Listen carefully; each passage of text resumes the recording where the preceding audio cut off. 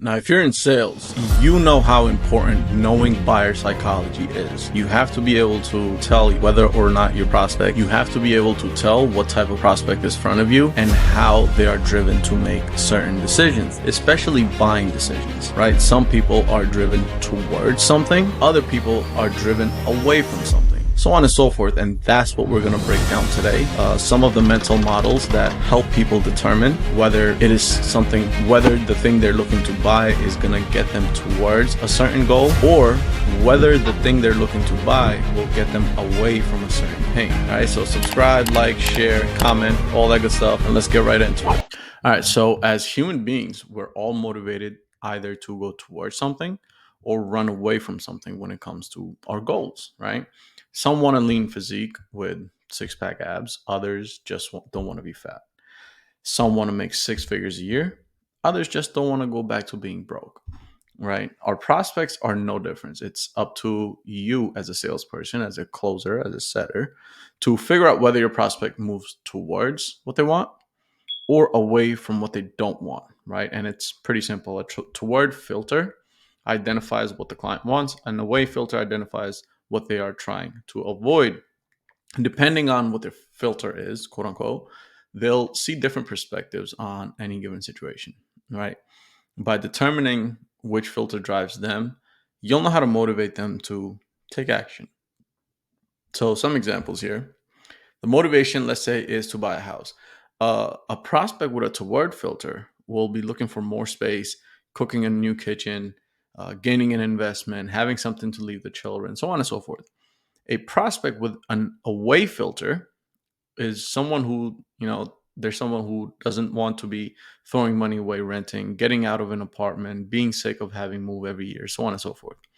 Another example is motivation is to buy a car. A toward filter prospect looking forward to the new car smell, wanting the prestige of driving something shiny and new, wanting a high performance car, wanting better fuel economy, so on and so forth. And a way filter, being tired of your current car, not wanting repair bills, sick of driving a gas guzzler, old and rusty. Another example is buying a fitness program. If you're in the high ticket space, toward filter will be to build longevity, have six-pack abs, take off shirt on the beach, lean physique. And a way filter prospect will be not being fat, getting tired playing outside with kids, target of fat jokes, wife not happy with current weight, so on and so forth.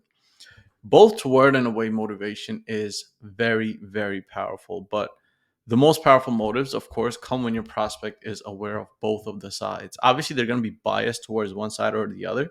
But if you have a prospect that's aware of both of their toward and away filters, it just helps move things along a lot faster. So the quickest way to get their attention is to speak their language, right? Discover their filter and use it to motivate the client to take action and fulfill their needs. Now, how to discover your prospects toward or away filter?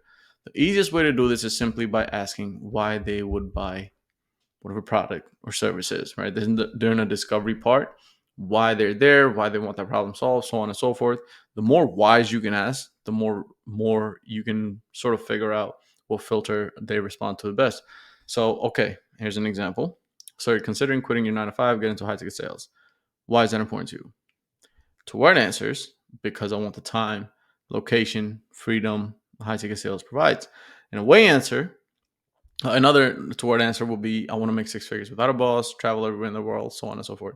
Away answers will be I hate my 9 to 5, I hate my boss, it's stressful, hate having a boss who doesn't appreciate the amount of work I do, I put in on a daily basis, so on and so forth. So the more whys you can ask during your discovery part of your sales call, the more you can find out which side your prospect leans towards, and then you can carry your call accordingly. If they're leaning towards a goal, carry your call according to that. If they're trying to avoid something, run away from something, carry your call according to that. And hopefully you got some nice sauce out of this one, and I'll see you on the next one. Peace.